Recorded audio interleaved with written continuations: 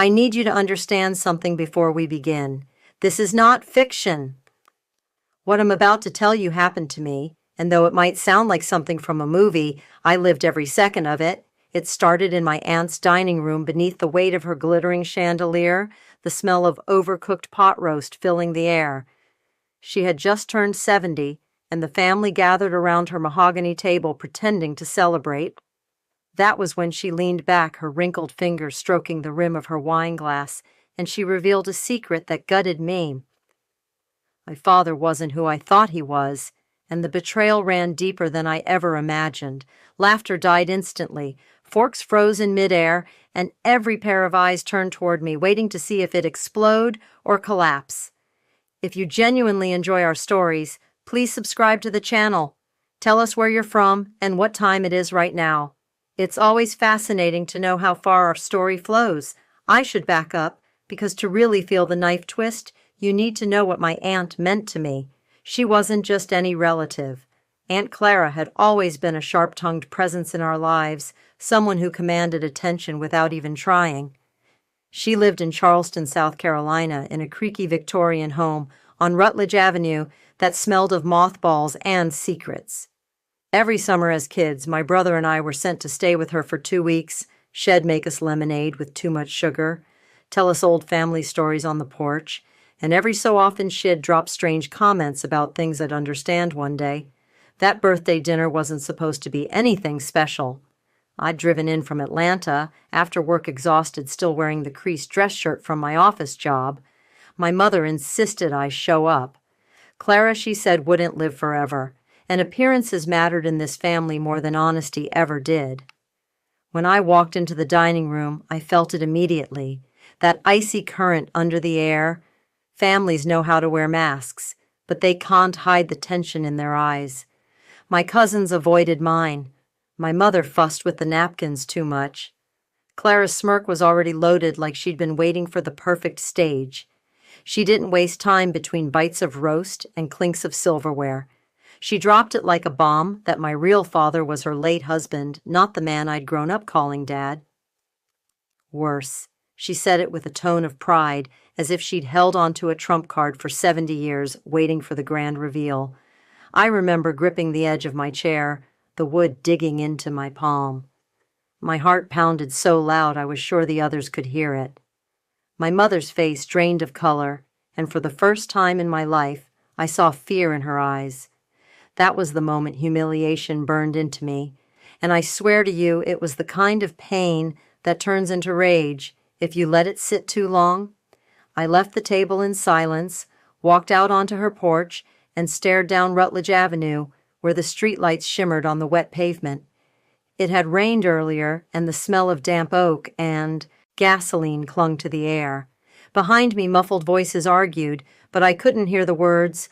All I could think was, why did Clara do it now? Why like this? And how deep did the lie go? I didn't know it then.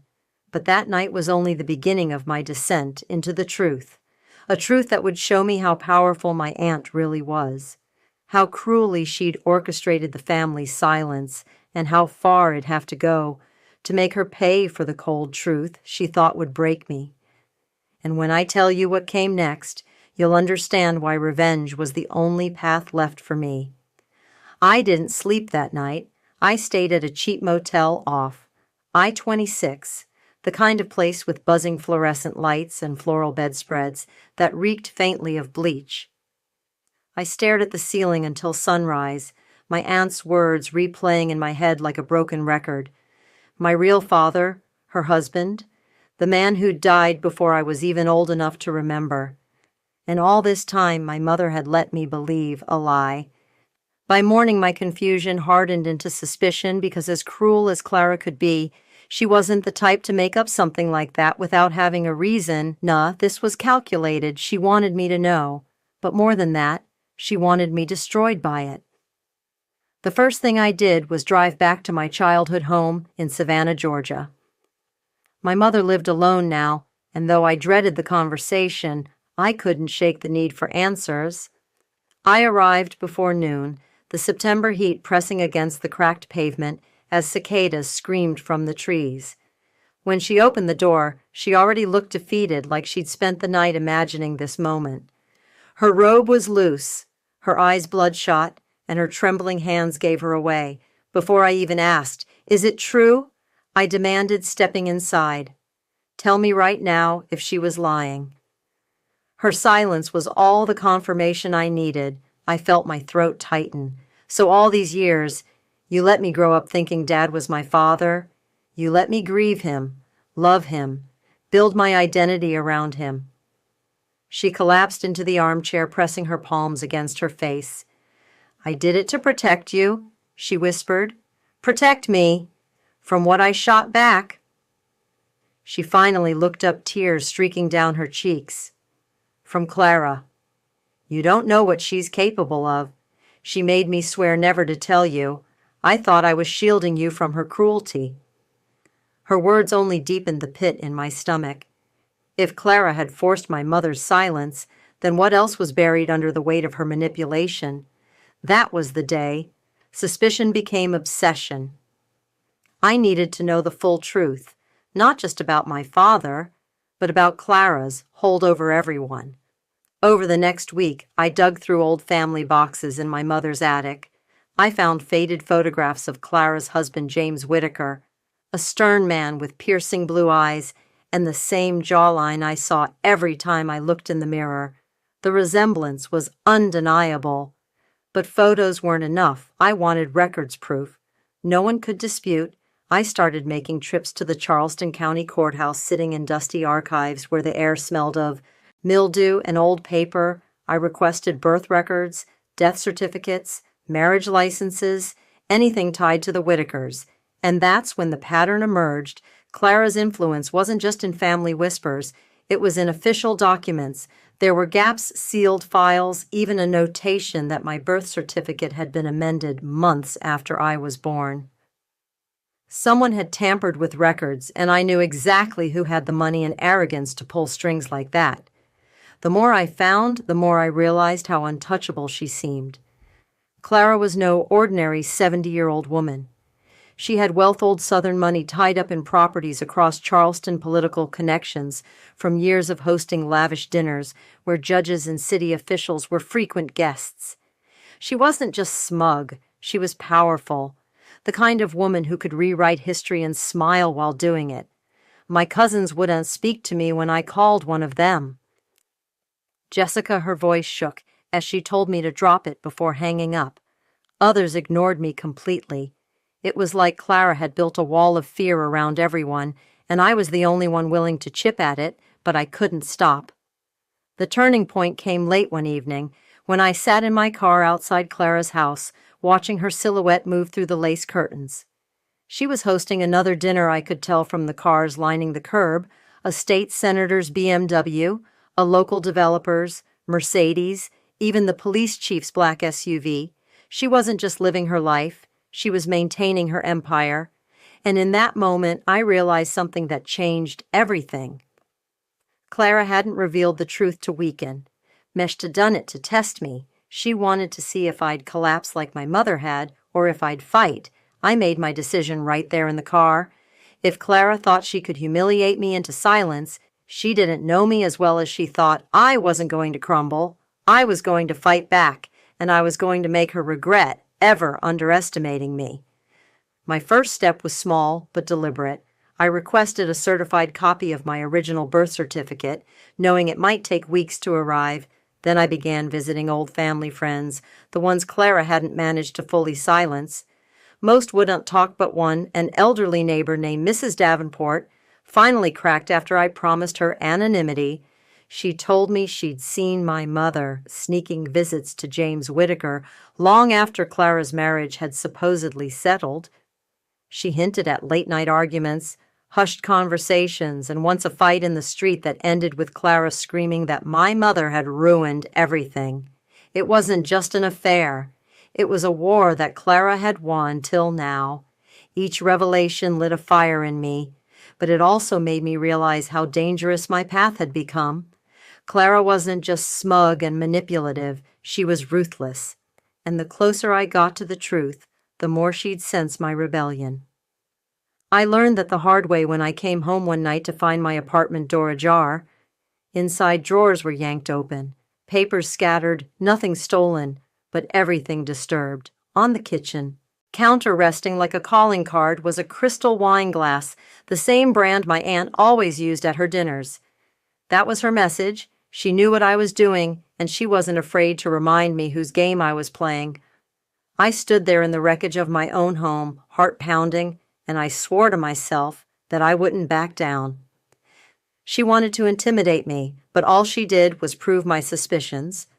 Clara wasn't just a bitter old woman. She was a tyrant, cloaked in pearls and southern charm, and I was done being her victim.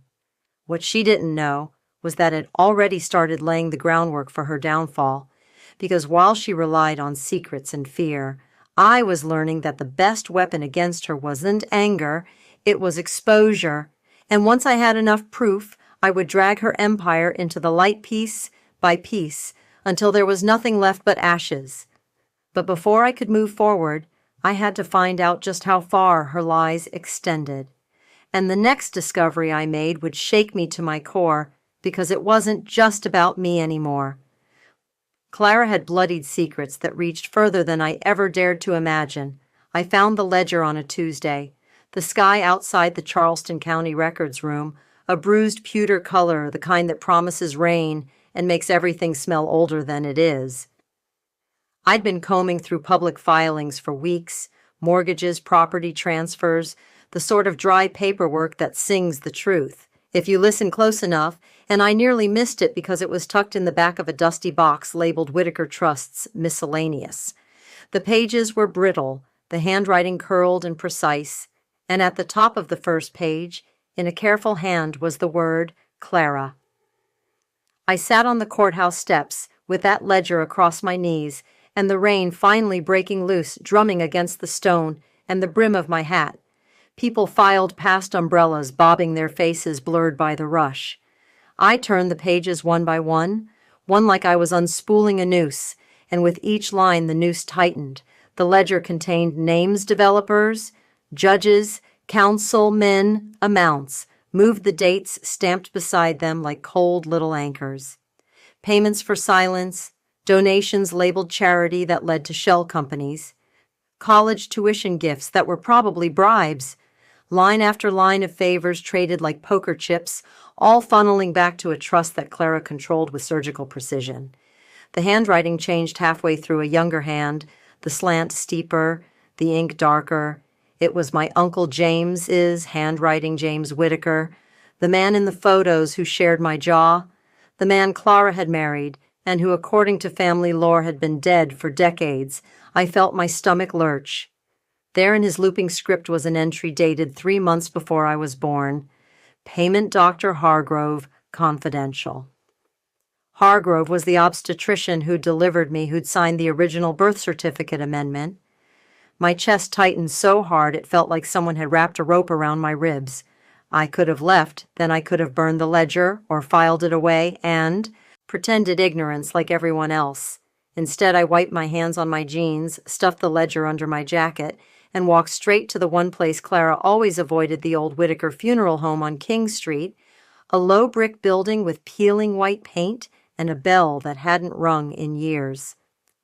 The clerk at the front desk, an aging man named Harold, who smelled faintly of mothballs and lemon polish, looked at me like I'd grown a second head when I asked to see the 1950s invoices for funeral services. "You don't want to be poking around in the past, miss?" he said, his voice soft as dust. "My name's not Miss," I told him, "and I need to see the invoices for James Whitaker's accounts, all of them." He led me into a back room with rows of metal cabinets and a single window that looked out over the courtyard. The files were thick with dust, and the silence had a weight to it, like it could press the breath from the room. I found the folder after a few minutes. Whitaker James accounts, 19 million. 461,960 inside were payments, gas, clothing, legal fees. That didn't line up with the story everyone had told me that James had died poor and broken. These were payments that spoke of protection, money, hush money, travel expenses listed as consultations. Under one tab, A single folded photograph slipped free like a confession. It was a picture of my aunt and my mother, years younger than the rest of the world remembered them, caught in a moment that was half smile, half argument. My mother's hand was on Jamie's arm, her face turned toward him like she was pleading. Clara stood behind them, her eyes hard as flint. On the back, in my uncle's handwriting, Savannah, 1963. Tell no one. The words felt like a slap. When I left the funeral home, the rain had stopped, and the air smelled like wet pavement and old roses. I walked without a plan, because plans belong to people who have the luxury of time. I had none. I phoned my mother and told her to meet me at Forsyth Park in Savannah, the place where as a kid we fed pigeons and stole sips of soda from one another when we thought no one was looking. She came wrapped in an old cardigan and sorrow that seemed to collect in the seams of her clothes.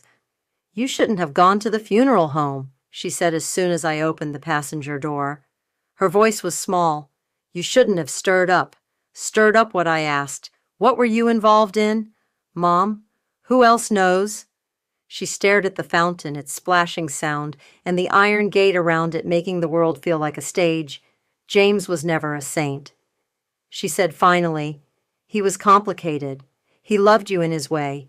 He loved some things more." The words came out halting, each one a stone thrown into a still pond. My head was full of the ledger, the photograph, the doctor's name. So why did Clara rewrite my birth certificate? Why did she call me out at her birthday dinner like that, if not to humiliate me? Because she liked the power Mom whispered. Because she could. She thought if she took that from you, if she took him away, she would break you first and everyone else would follow. How long, I demanded. How long have they been covering things up? Since before you were born, she said. Longer. She touched my hand then, her fingers thin and cold, and for the first time in years I felt small in her presence, like a child trying to steady herself against a sudden storm. We began to map it out, the ledger's names against who lived in which ward, which judges had been appointed after Clara's gala dinners, which developers had won bids after donations labeled Whitaker Trust. The pattern was a spider web, and Clara was at the center, fatter with every donation. There were also Hole's people who had been removed, who had fled town, who had been quietly bought off. Somewhere in the middle of that web was the truth about why people had stayed silent for 50 years. But the ledger suggested more than bribery. There were notes in the margins, shrugging cryptic, handled quiet. C file H didn't exist in the box I'd taken from the courthouse, but there was a name associated with it. Hargrove, the doctor who'd handled my birth certificate amendment, the same man whose name had been beside payment, Dr. Hargrove. He had been the medical touch point. If I could get his records, if I could find a medical file that proved paternity, or a hospital note that had been altered, I could turn whispers into evidence. I found Hargrove's clinic addressed the old-fashioned way an address, scribbled in a 1980s phone book my mother kept in a drawer. The clinic had been converted into condos. The new owner, a woman named Claire Mendel from a boutique real estate office, answered the phone with a practiced chipperness that barely masked boredom. I told her I was looking for old patient records. I didn't mention Clara or Whitaker or paternity. She hemmed, she hawed. She mentioned HIPAA and archives and policy. Then when I told her my mother's name and the year I was born, her voice softened. "There is an archived ledger," she said. "It's supposed to be sealed," but she paused. "Come over." She met me in a narrow condo lobby that smelled of lemon cleaner and new paint. We sat in a sunlit kitchen that looked like it belonged in a magazine. Claire flipped through a stack of folders, and then with a deliberateness that felt like a dare, pushed one across the table. On top was a birth log, pages yellowed, handwriting cramped, and then my name, there with a line that indicated paternity contested and an attached note in a different hand. Amend under order of Whitaker Trust file sealed, and hands shook so hard I nearly spilled my coffee. Claire watched me with an expression that read like curiosity, wrapped in sympathy. "You know what this means?" I asked. She shrugged. "It means you have a story. It means someone pulled strings. It means someone was scared enough to change the paper that proves who you were. And if I take this to the courthouse, I murmured. You'll get an answer, Claire said quietly. But answers aren't always what you think they are. She touched my arm. Be careful who you trust. I left her condo with the copies tucked into my bag like contraband, and the feeling that had stepped on someone's landmine. The ledger, the photograph. The note each piece fit into a shape. I hadn't wanted to see one woman, Clara Whitaker, pulling the levers that ran through the bodies of judges, doctors, developers, and family. She hadn't just erased history, she'd engineered it. That night, I parked 2 blocks from Clara's house, the same house with the lace curtains and cars that whispered of status. I watched her move through the windows, the silhouette of her profile framed against lamplight, the same smirk I'd seen at the dinner earlier, now softened by evening. Her world looked small and careful from the curb, the perfectly trimmed hedges, the glint of crystal through glass. From the outside, she looked like a woman, content private, perhaps even frail, but I knew frailty was a costume she wore when it suited her. I thought about the ledger, about Harold, about Hargroves, note about my mother's, hands on mine in Forsyth Park. I thought of the wine glass on my kitchen counter, a message left by someone who wanted me to know they were watching. I thought of the ledgers, names of secret payments tied to my aunts, trust like a web of small betrayals that added up to a life built on other people's. Silence. I drove home at dawn. Sleep didn't come. I paced the apartment and made lists. What to expose first, who to call, what would break, and what would snap back into place. I felt like a surgeon prepped for a long operation, hands steady, despite the tremors that lived beneath my skin. Then as the sky began to lighten and the city unclipped its night, I heard the first knock, soft a measured rhythm against wood. 3 slow beats, not the hurried, clumsy knock of neighbors, not the official rap of a police officer. Someone who knew exactly how to get my attention. I opened the door to find an envelope on the welcome mat. No stamp, no return. My name was written on the front, in a hand I recognized like a scar. Inside was a single Polaroid, and it wasn't of Clara or my mother or any ledger. It was a picture of me taken from some distance, standing outside Forsyth Park, the day I'd met my mother there. In the photograph, I was mid-gesture, my mouth open, as if I was saying something furious and not yet finished. On the back, in the same neat hand that had called me out at the birthday dinner, 2 words, be careful. I shut the door and slid to the floor, the envelope crumpling beside me. The apartment felt suddenly exposed, like a set in which every light had been switched on. The ledger was in my bag. The copies from Hargrove's log were on my kitchen table. I'd poked a sleeping beast, and now it had shown its teeth. But teeth are only one part of a predator. The other is patience. And that night taught me the most dangerous thing about Clara. She never acted without a plan. I folded the photograph into my pocket, and for the first time since the dining room that hosted her birthday confession, I allowed myself to be afraid. Not paralyzingly so fear that freezes is useless, but the thin, sharp kind that sharpens your senses. It was the kind of fear that makes you meticulous, that makes you careful about what you say and where you step. And it made me certain about one thing. Whatever I was about to do next, I had to be smarter than she expected. I started to type an email to an investigative journalist. I'd read from the Post and Courier, fingers clumsy on the keys. I would show the ledger, I would show the photograph, I would ask for help. Reach for someone with a microphone to shove into the face of a woman who'd built a life on silence. I hesitated, thumb poised over send. If I was going to bring down a 70-year empire, I couldn't do it with one reckless move. I needed allies' timing and one irrefutable piece of evidence that would survive Clara's lawyers and her friends. I needed File H, and the last place on earth I wanted to look for File H was the one place where nothing old ever stayed buried, the box inside the wall of Clara's pantry behind the jars of preserves, where her most intimate secrets lived under a false back. I had no legal right to that house and no plan beyond wanting to find the file, but some doors only open if you push so hard the hinges complain. I found my keys. I breathed in slow and steady and drove back to Rutledge Avenue. The porch light threw my shadow long across the steps. I could already hear the house-soft music, the clink of china, the ordinary domestic noise that disguises decades of small crimes. I thought of my mother's voice. "Be careful." I folded the photograph in my hand until the paper softened. Then I climbed the steps and pressed my hand to the bell unanswered. I checked the side gate. It was unlocked. I moved almost silently, the way you move when you know you're breaking into someone else's life and you don't want to wake the ghosts. The back door was, thank God, unlocked, a careless omission that would either be mercy or the first step into a larger trap. I stood in Clara's kitchen, then the place where she'd once stirred soups and now hid files. The pantry door was a plain oak slab. My heart hammered. I reached for the jar of preserves, pretending to dust, pretending to be small and innocent, and not the woman who carried ledgers like evidence. I tugged the jars aside, fingers searching along the back. At first, there was nothing. The light in the pantry gave the shelves a washed domestic calm.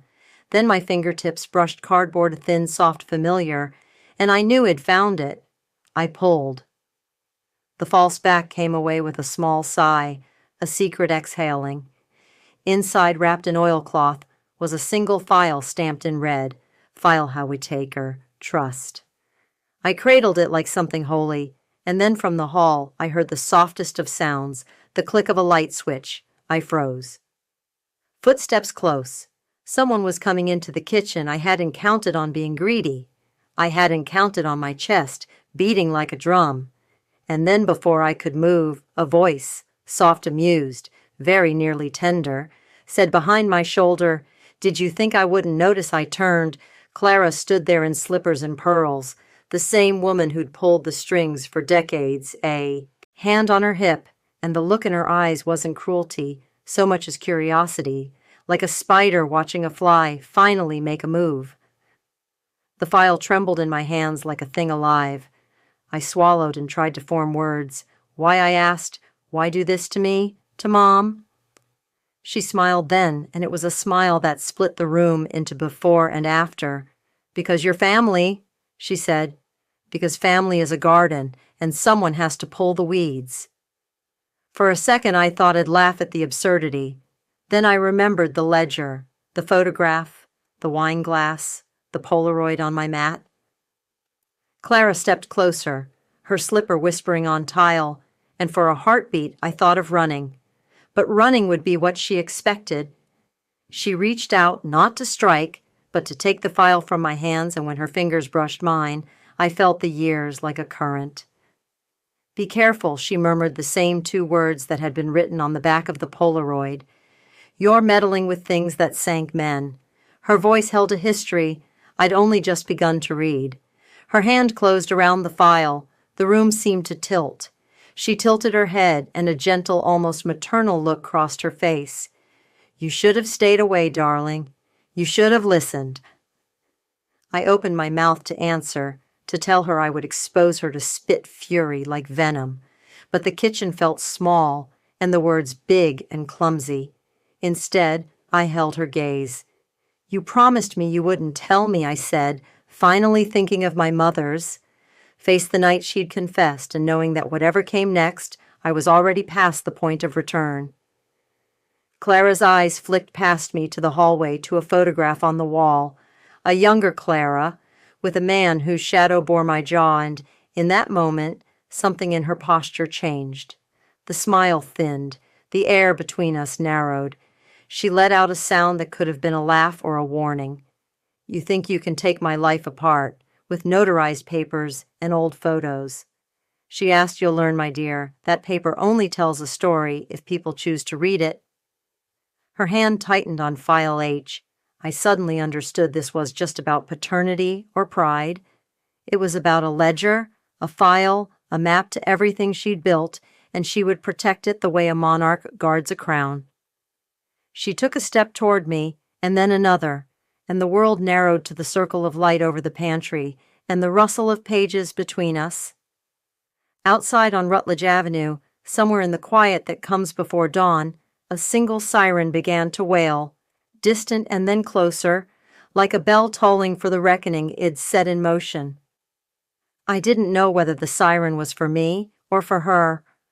All I knew was that the next move had to be mine, and then Clara smiled again, slow and certain, and said, "If you insist on tearing this family apart, darling, remember, families wound both ways." Her finger tapped the file once emphatically, as if to punctuate the promise. I closed my hand around the ledger in my jacket, feeling the edges of truth press into my palm. The pantry light painted us both in harsh white. The siren's keening drew nearer. I realized, with something like calm, that this was no longer only about revealing secrets. It was now a war where the ground shifted beneath every step, where loyalties changed like weather, and where every truth I uncovered could kill more than reputations. I set my jaw, and for the first time I understood the vastness of what I'd unleashed. Clara's eyes were steady on mine, and for a breathless second I saw the woman beneath the pearls, clever, patient, and absolute in her certainty. "You started something you can't finish," she said, "and you'll hurt more people than you save." I looked at the file, at the photograph of my mother pleading with James at the ledger, with names that stained the paper, and I felt an old smallness, the kind that comes from being a child of a secret. But then I thought of my mother's hands in Forsyth Park, and of the ledger in my lap, and of all the people who'd been quiet for too long. I stepped forward. Clara's eyes flashed like knives. The pantry door slammed behind me, the sound of punctuation, and then the siren stopped. Clara didn't flinch at the slam of the pantry door. She didn't even blink. She simply stood there in her slippers, pearls catching the light, her hand on file H like it was a living thing she'd birthed herself. "You're not ready for this," she said softly. Her voice wasn't scolding, wasn't angry. It was worse than that. It was pitying. "You think you've got teeth, but you're still playing with milk.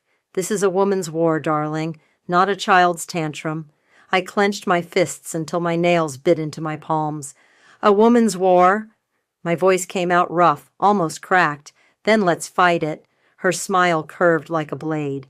She didn't argue. She didn't explain. She just turned slow and steady and walked into the hall with file H under her arm, leaving me standing in the kitchen that still smelled faintly of cinnamon and mold. For a moment I couldn't move. My breath came in shallow bursts, my skin prickling with the awareness that at any second someone else might appear, one of her allies, a cousin hell, even the police chief. The siren outside had gone silent, but silence was worse. Silence meant a choice, chase her or cut my losses.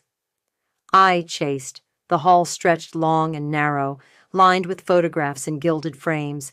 Clara had curated her history on these walls, the smiling family portraits, the staged church picnics, the photos of James shaking hands with men whose names I now recognized from the ledger, smiles and masks, legacies forged on lies.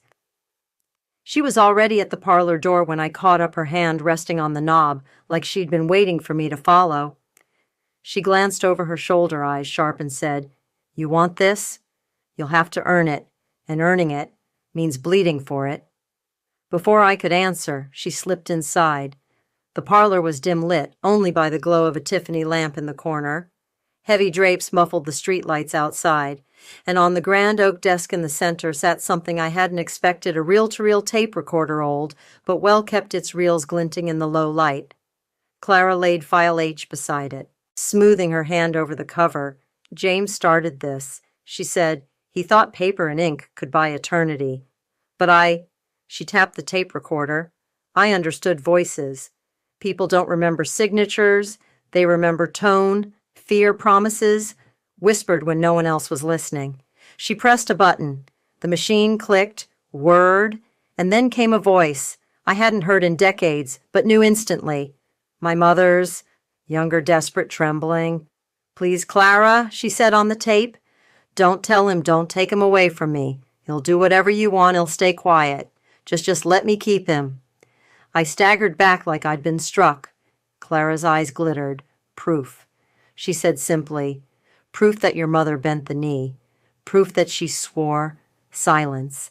That tape has lived longer than James. Longer than most of the men in that ledger. And it's mine. My chest burned with fury. "You've been holding that over her head for 50 years. Not just her head." Clara replied, her voice calm, almost sweet. "Over yours too. Though you didn't know it, everyone bends to something, darling. Money lust, fear. Your mother bent to me. I wanted to rip the tape from the machine, smash it, burn it, erase it from existence. But I forced myself to stay still. Rage wouldn't win here. Strategy would I straightened, meeting her gaze. Then you've underestimated me because I don't bend, I break." Her laugh was low and dangerous, like glass cracking under pressure. We'll see. The next hour blurred. We circled each other in words more than movement, our voices slicing through the heavy air. She tried to bait me with half-truths, with hints of darker secrets. The ledgers handled notes, the sudden disappearance of people tied to the trust whispers of accidents that weren't accidents at all. I pushed back with names, with dates, with the files I'd already gathered. Each time I landed a blow, she countered. Each time she cut deep, I tasted blood and pressed forward anyway. Finally, she grew quiet, studying me the way a chess player studies a rival. "You've got more steel than I thought," she admitted, "but steel rusts, and I've been at this game too long to lose to rust." I leaned forward, my voice steady. "Game's end. Even yours." We stood there, silence, stretched taut as wire. Then Clara reached into her desk drawer, pulled out a small brass key, and slid it across the surface toward me. "This is for the safe in the cellar," she said. "If you want the rest, the true rest, you'll find it there. But know this. Once you open it, you can't close it again. And the things inside, they don't just wound. They kill." Her eyes locked on mine. "Are you ready for that?" I picked up the key, the metal cold and heavy in my palm. I didn't answer her. I didn't have to. Because deep down, I already knew.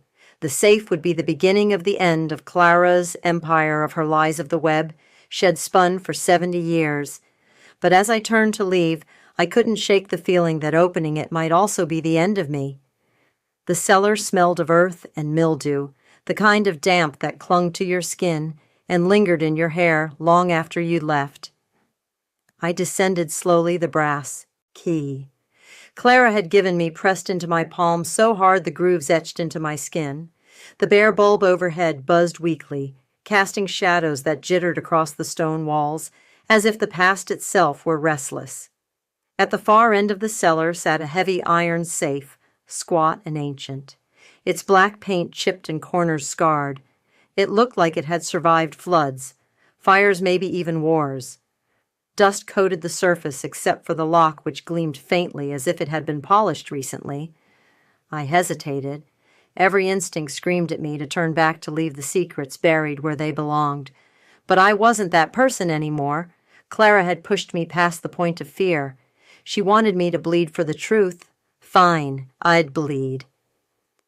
The key slid into the lock with a resistance that made me wonder if it had been waiting for me all along.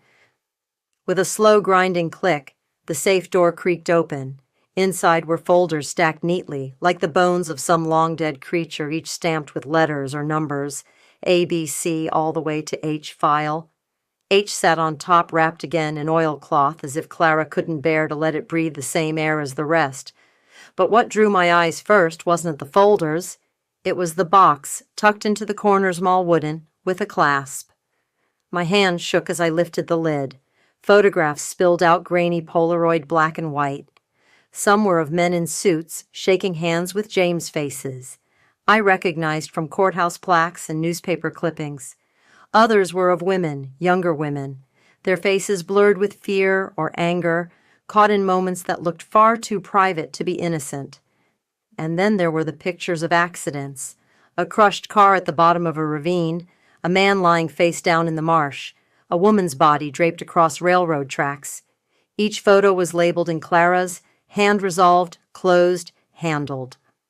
My stomach turned. I pushed the box aside and opened File H. This was no ledger, it was a dossier. Inside were detailed accounts of blackmail doctors bribed to alter records, judges compromised by affairs, developers strong-armed with threats, and at the center of it all, the Whitaker Trust feeding on fear like a parasite. But there was something worse. Near the back, tucked between pages of typed notes, was a birth record. Not mine. A sibling's. I froze. The certificate listed my mother as the mother of another child born. 2 years after me, the father's name blank. But in the margins in James's handwriting was a note. Belongs to Clara. Keep quiet. My breath caught. A sibling. Hidden, erased. Why had no one ever told me where was this child now? Alive, dead, absorbed into Clara's empire, like another pawn. I clutched the paper, my vision swimming. For all the humiliation I'd felt at that dinner table, for all the rage it carried since I hadn't been prepared for this, Clara hadn't just stolen my identity, she had stolen blood. Behind me, the stairs creaked. I spun papers clutched to my chest. Clara stood halfway down her silhouette, framed by the weak light above. Her expression was unreadable, a mask carved from marble. So she said, her voice carrying in the damp air, "You've met your shadow." My throat tightened. Where are they? She descended slowly, her hand brushing the rail. Not here, not now. Some truths don't belong to you. You wanted file. Now you have it, but be careful what you claim. Darling, the more you know, the more you're responsible for. You hid my sibling. My voice cracked. You stole them. She tilted her head. No, I saved them. From your mother. From James. From a life that would have devoured them whole.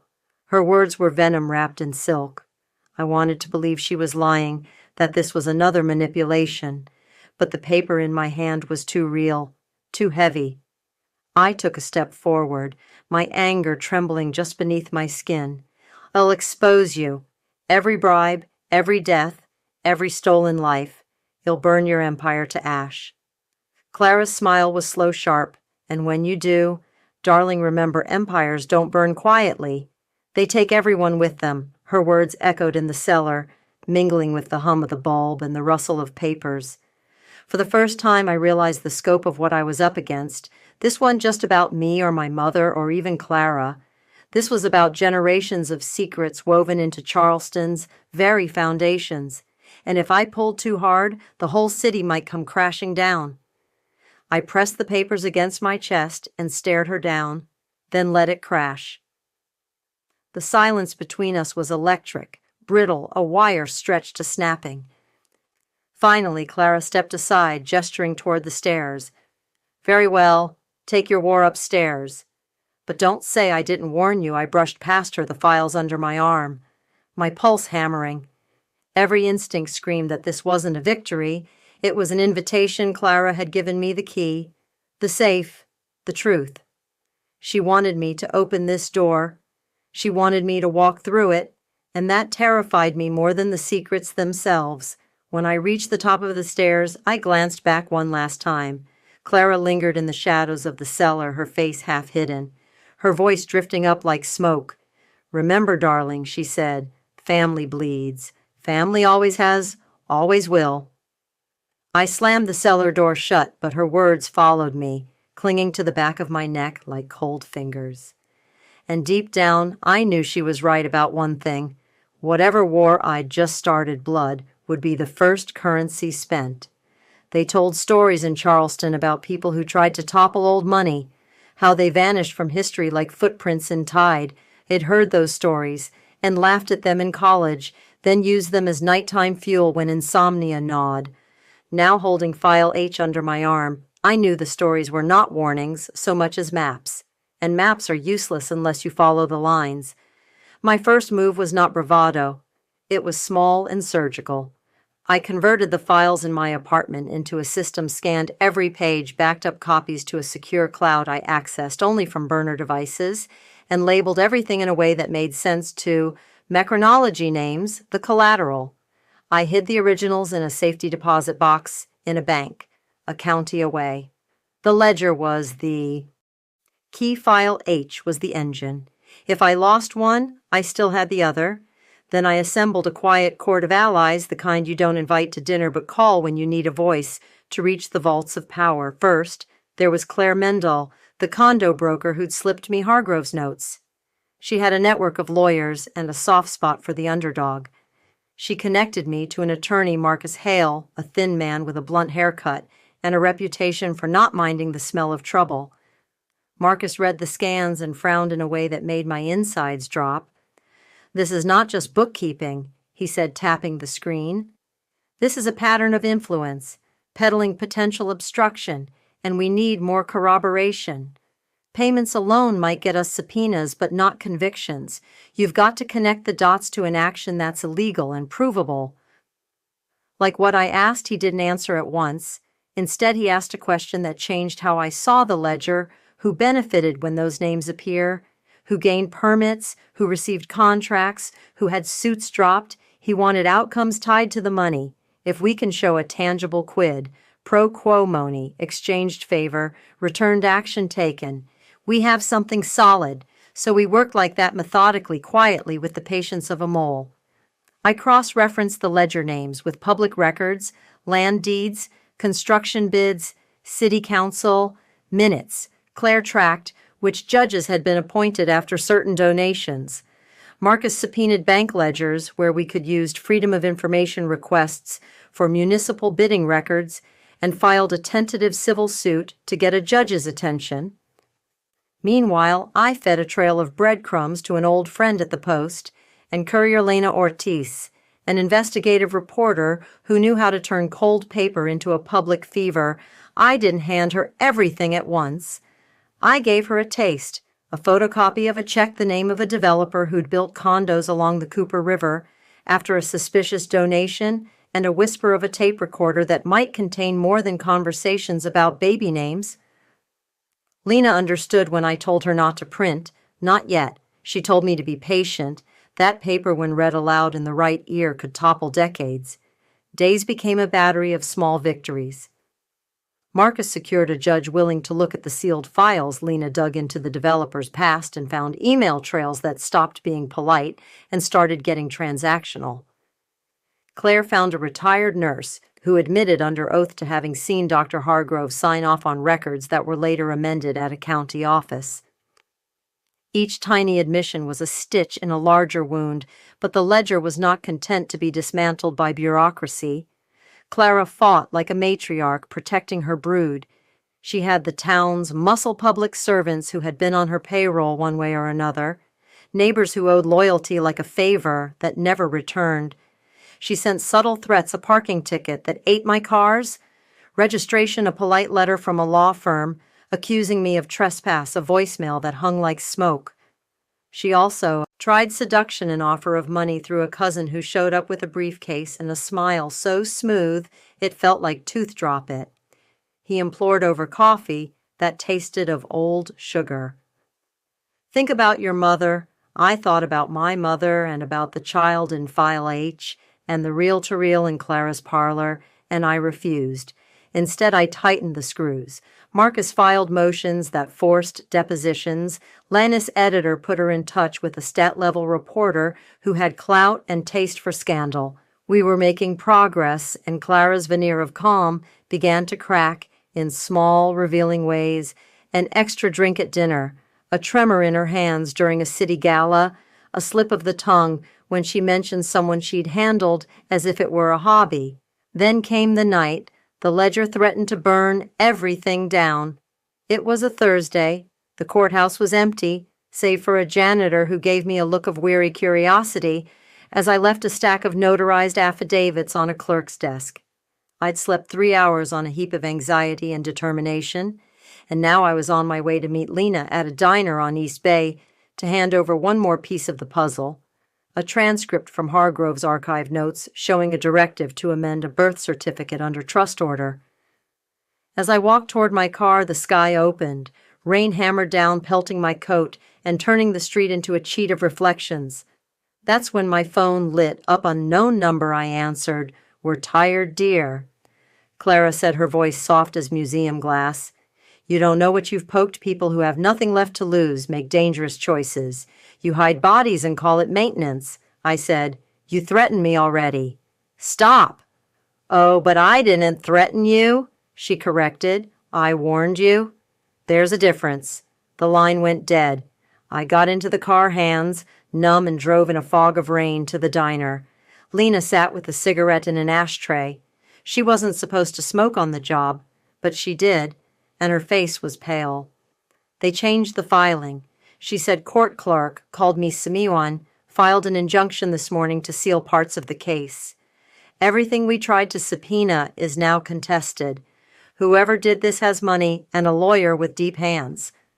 My stomach dropped. Do you think, Clara? No, she said. I think someone with darker pockets. Someone who doesn't care if the town's blood gets muddy. We sat there like two people watching an imminent train wreck and trying to rewrite the tracks. Lena's phone vibrated. It was Marcus. He wants us in conference. Now Marcus's voice through Lena's speaker was a thin wire of urgency. We have to move. They filed a temporary restraining order on the archives and the bank. If that holds the safety deposit boxes frozen as evidence, we need an injunction lifted, and we need it now. And Ab, he softened. You need to be careful. This is bigger than you think. Bigger, the word? Tiled across my mind and cracked like old plaster. I had thought I was pulling on one thread and unraveling a sweater. Instead, I had yanked the hanger out from underneath an entire closet. Marcus arranged a hearing the next morning. Habal, prepared like conspirators, affidavits, witness lists, copies of the ledger, a timeline that, when read aloud, painted a city painted in favors.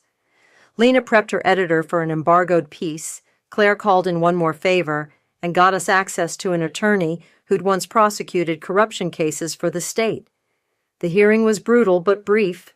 The judge's jaw-stiff eyes tired like someone who'd seen too many secrets, read the complaints, listened to our arguments, and then did something I hadn't expected. He allowed the temporary freeze to be limited, citing public interest. The bank would open the deposit box under court supervision. The archives would be unsealed for review. It felt like a victory lamplight, cutting through a rainy night. We went to the bank with a court-martial and 2 legal teams, and for the first time since I found the ledger, people in authoritative suits handled my secrets like contraband. The box was opened. The ledger, wrapped in oilcloth, was placed on the long table in the back room. Marcus flipped through the pages with the studied calm of a person delivering a verdict. Lena recorded everything I felt, like it left pieces of myself inside those entries. Then the marshal stopped, face gone white. He pointed to a margin note and then to the ledger's spine where a strip had been cut away. There in the seam, something had been carved out, letters small and precise, as if someone had used a scalpel. The ledger had been surgically altered. You mean someone came in before us? Lena whispered. Yes, Marcus said, and they knew roughly what to take. We'd been outmaneuvered. The safe in Clara's cellar, the file, the ledger. I thought it secured. Some portion of the city's history had been removed. The hole in the ledger was not mere vandalism. It was targeted erasure. Who would have access, I asked. Voice. Brittle Marcus's mouth was a thin line. Someone with access to clerks. Someone with time in those archives. Someone who's not afraid to cut out the truth. Outside, rain sluiced down the bank's facade like liquid silver. Inside, we stood around a table with a missing piece of the puzzle and the sudden sharp knowledge that the war had shifted. This was not a game of legal chess. It was a hunt, and we were being hunted. That night, there were cars at my building. I didn't recognize. I swore. I saw a figure watching from the alley. My phone pinged with an anonymous message, a single sentence, no punctuation, leave it alone. I didn't. Instead, I did the only thing I knew how to do. I read the missing ledgers, echoes in the margins, traced the handwriting that remained, pieced together the identities it likely held.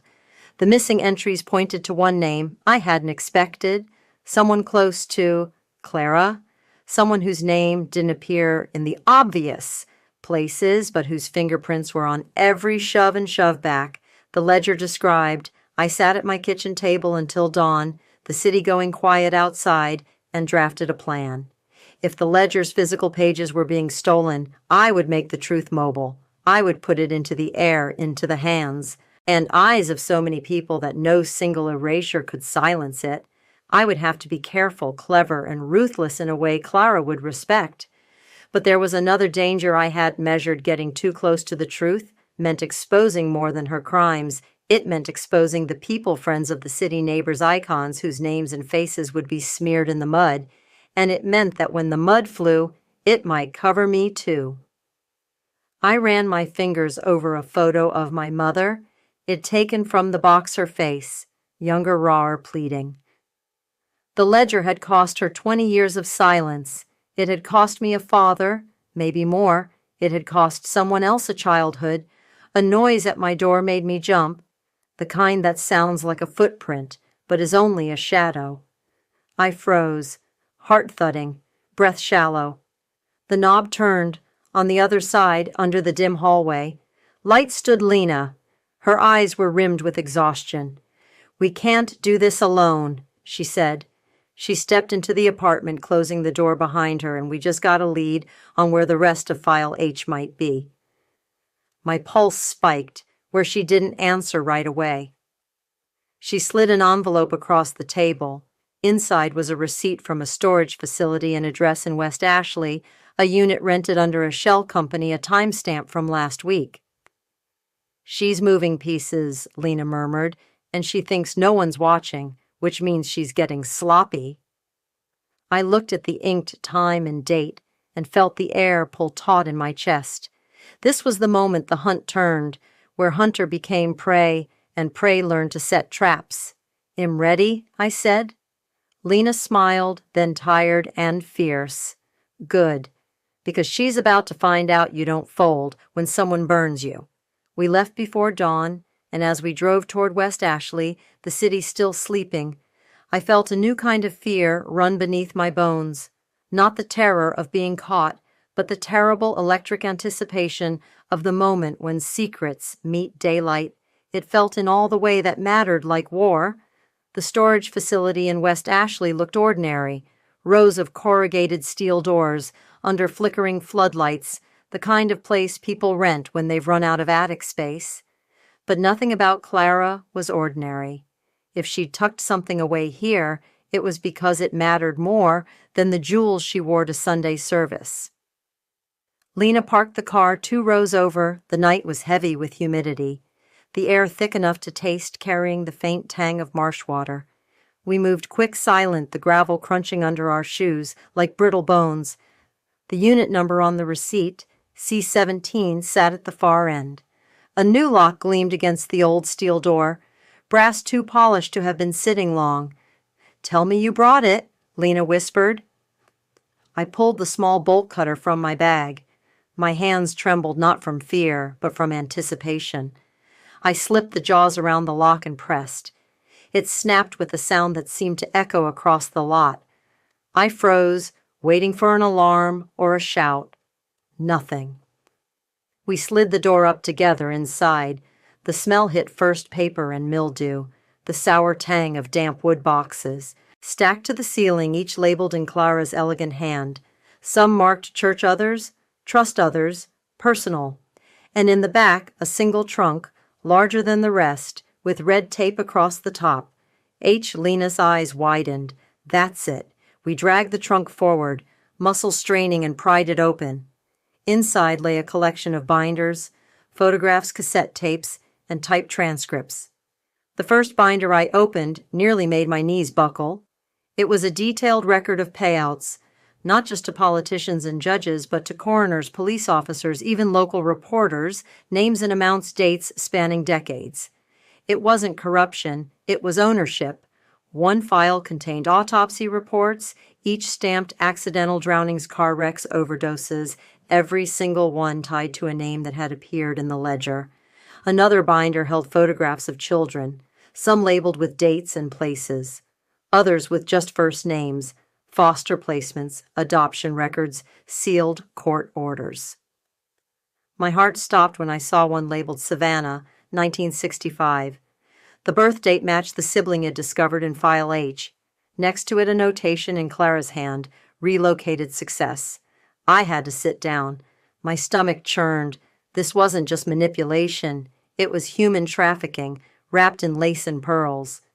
Lena's face had gone pale, but she pressed on, snapping photos with her phone, recording every page. "This is enough to blow it wide open," she whispered. But I knew better. Paper could vanish. Judges could be bought. Reporters could be silenced. Clara hadn't survived 70 years by leaving evidence vulnerable. If these files were here, it was because she wanted them to be found by me. The thought chilled me. I stuffed copies into my bag anyway, scanning what I could, and then a noise outside froze us both. The crunch of footsteps on gravel, steady, unhurried. Lena killed her phone light. We crouched behind the trunk. The steps grew louder.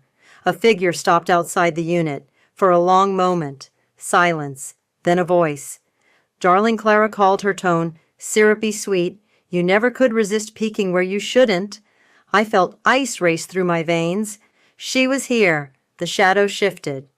"Do you know why I left those records where you could find them? Because you're useful. You've done what I could.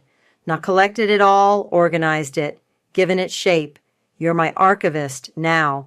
You think you're fighting me, but you're building my legacy." Lena gripped my wrist hard, shaking her head, but I couldn't stay silent. "You're done, Clara," I hissed into the dark. "This isn't legacy, it's rot, and tomorrow the world sees it." Her laugh was soft, almost maternal. "And tomorrow, who will they blame when it all collapses? Not me, a 70-year-old widow. No, darling, they'll see you. The hysterical daughter who dug too deep, who ruined reputations, who smeared names. You'll be the villain of your own crusade." The steps retreated, then fading into the wet night. We waited, barely breathing, until we were certain she'd gone. When we emerged, dawn was bleeding across the horizon, the sky bruised and streaked with pink. I loaded the copies into Lena's trunk, my body, trembling from exhaustion and fury.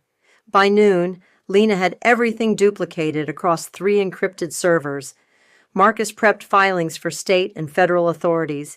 Claire secured sworn affidavits from 2 witnesses willing to go on record.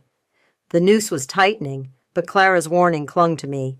Families wound both ways. The story broke 3 days later. Lena's article splashed across the front page, headlines screaming of decades-long corruption tied to prominent Charleston matriarch. Networks picked it up within hours. Clara's name was suddenly everywhere. Talk shows, news feeds, whispered in courthouse halls. And then came the fallout. Developers pulled out of deals. Judges recused themselves. Politicians scrambled to deny ties. The police chief resigned. Clara was summoned before a grand jury, her lawyers sweating under the cameras. But the most haunting part wasn't her public humiliation. It was the silence at home. My mother wouldn't answer my calls. Cousins cut me off completely. Family friends crossed the street when they saw me coming. Because Clara had been right. By exposing her, I'd set fire to more than her empire. I'd burned the family name. I went to her house one last time. Reporters swarmed outside, but the old woman still sat in her parlor, pearls around her neck, posture perfect. She looked up as I entered, her eyes clear, sharp as ever. "Congratulations," she said, her voice smooth as glass. "You've killed me in the papers. But remember, darling, blood doesn't wash off newsprint. It stains." I wanted to scream at her, to tell her I'd won, that her reign was over. But standing there, I realized she wasn't broken. She was satisfied, because even in ruin, she had gotten what she wanted, the family shattered. The name scorched the bloodied truth out in the open for everyone to choke on. She leaned back, her smile faint but triumphant. "I told you once, family is a garden, and sometimes the weeds burn with the roses." Her words followed me out of that house, out of Charleston, out of the wreckage it made. And now when people ask me if I regret it, I think of that night in the cellar of the trunk in West Ashley, of the sibling I never knew and may never find. No, I don't regret it, but I'll never forget her final smile, because the truth isn't just cold. It scars, and every time I close my eyes, I hear her voice whispering like a prayer. "I'll never unlearn. Families wound both ways. The end.